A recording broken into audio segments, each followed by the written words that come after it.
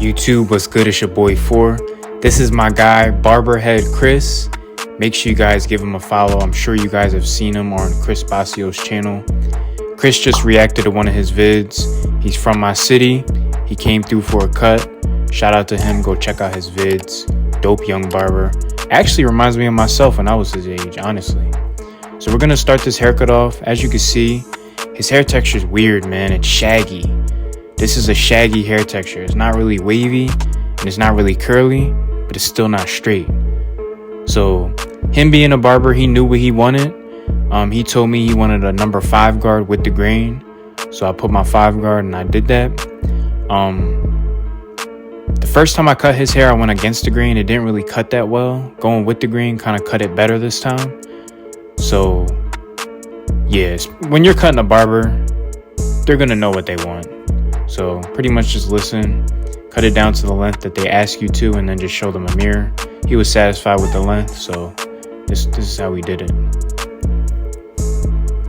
So around like the edges of his hair, I went ahead and grabbed my 8 guard just to debulk because he was woofing bad. Like normally I wouldn't do this, but since his hair texture is pretty shaggy, you can use clip over comb for this. Personally, I just decided to take my 8 guard and just knock this hair down. One thing he did tell me was that he wanted to keep his bangs. Normally I cut his bangs off, but he told me he wanted to keep them. So the way I shape them up is gonna shadow that effect of, you know, him wanting to keep his bangs. So as you can see, we're doing a mid taper. We're setting our first bald lines in. This is pretty simple. He told me he wanted to also keep the sideburns.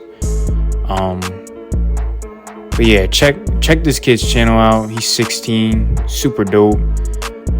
He definitely gonna be a problem. He already is, man. I got my 5 guard. I kind of just debulked that area, and now I got my mythics just going up about 1/2 inch, slapping on that 1 guard, doing the same thing, kind of flicking out towards the top. With this texture, it can be a little tricky to fade. I close my lever right under that. Then I grab my 4 guard. And this is going to fade directly into the 5, and then the 3 is going to go into the 4. Pretty simple, pretty easily. Now the 2, it's not going to go directly into the 3. You're going to have to kind of use your corners like how I'm doing now. The 2 guard is the trickiest guard to use in my opinion. It's tricky. I feel like they should have a guard in between the 2 and the 3, but they don't. But sometimes the 2 cuts too short, especially for me. Then I switched to my 1.5 guard. And I'm pretty much just utilizing the corner. Same thing with my 1. I'm just using the corner. With a taper, you kind of have to use the corner of your blade. You can't use the full blade. Otherwise, you're going to chop the C-cup area out. This is my 0.5 Babylus guard, which is the 0.75 guard. And then my regular 1/2 guard. Now, the reason I use a lot of steps on my tapers is I like to keep it simple for you guys. So when I do my tapers by myself, I don't do it like this, but for you guys, I like to keep it nice and simple. I'm just opening my lever from closed to open, and the taper is finished. We're gonna use our thinning shears just to thin out those bulky areas. This is a great tool. I highly recommend this. Scissor over comb is great too, but the thinning shears, man, on this texture, on shaggy hair like this, undefeated. Now we're just going to shape up around his ear and use the thinning shears on the other side.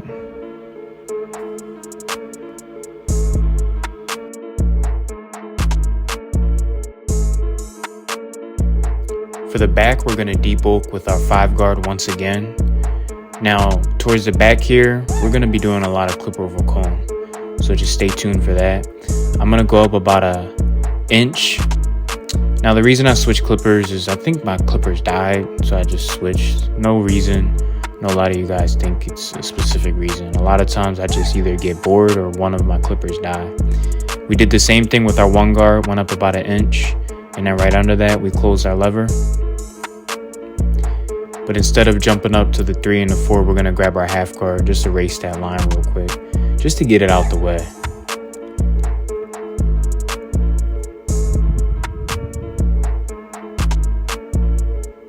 Then we're gonna do the same thing for that bottom guideline. Come in with our lever closed and then gradually open it. Your clipper may not be able to get that line out fully, so I recommend just switching back to your trimmers and just using like the corner or flicking it out or something. Now I have my 3-guard. I'm basically the 3-guard is just prep for the 2. The 2's the guard that's going to do the most work. So as you can see, this area was a little tricky for me. I had to switch the clipper over comb after this. But as you can see, I'm just flicking with it open. And then once it's closed, I'm pretty much going to start digging in to really fade that out. It's like right here, I'm scooping out still. And right here, I'm kind of like digging in with the clipper. Now to clear out all that unnecessary bulk up top, just clip over comb. Now this can be tricky. You can mess them up. You may patch them.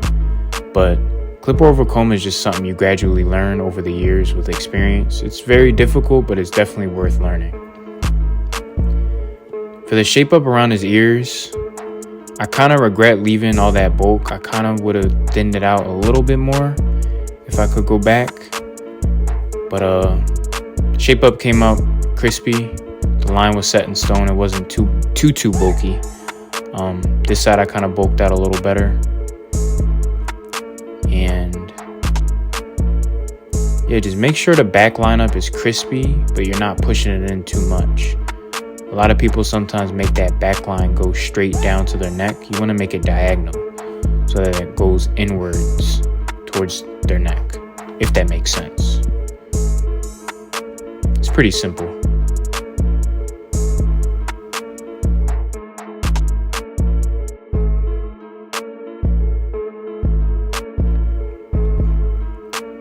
Now, as you can see, his bangs are kind of like waving up a little bit, not curling up, but waving up. So I went ahead and took my 8-guard, and I'm not removing the bangs. I'm kind of just thinning it out. Thinning shears would do the trick too. I just decided to use my 8-guard. And I left the middle part alone just because that tends to cut shorter. And now we're just getting started on the shape up. Shaping up hair like this can really be tricky. I really had to just create the hairline. There was no like canvas to base it off of. I just had to go in and carve it out. Just make sure you guys don't push it back. I cut his hair before, so I already know how his hairline is. But for someone that you don't know, like a new client, this can be very tricky. I recommend pulling the hair up with like a comb just to see where their real hairline is. So this is a useful tip. I lined up the C-cup just because the vertical bars weren't ripe enough. They weren't ready. As you can see, it's still bulky, it just wasn't ready. So what I decided to do was I did the C-cup, and then I went ahead and used my thinning shears just to thin that area out so that I could come back in and it be ready for me to shape it up. Now the hair was getting rejected by the clipper, as you can see right here.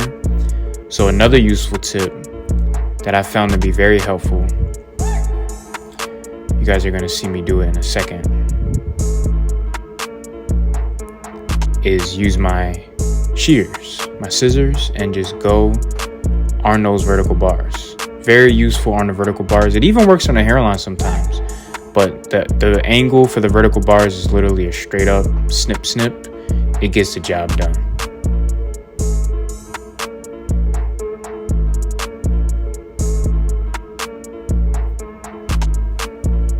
I didn't show the other side of the lineup. It was pretty much the same thing. His lineup, once it's set in stone, it's pretty easy. We are going to enhance it a little bit on the C-cup and on the hairline and on the vertical bars.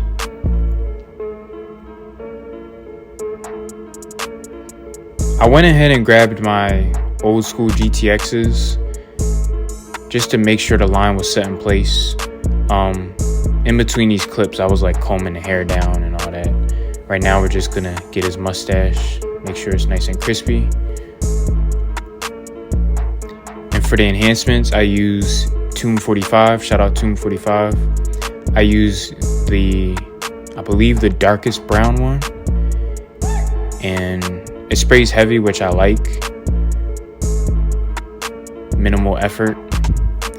And whenever you spray enhancements, especially when someone has bangs, you're gonna have to come back and reline it up.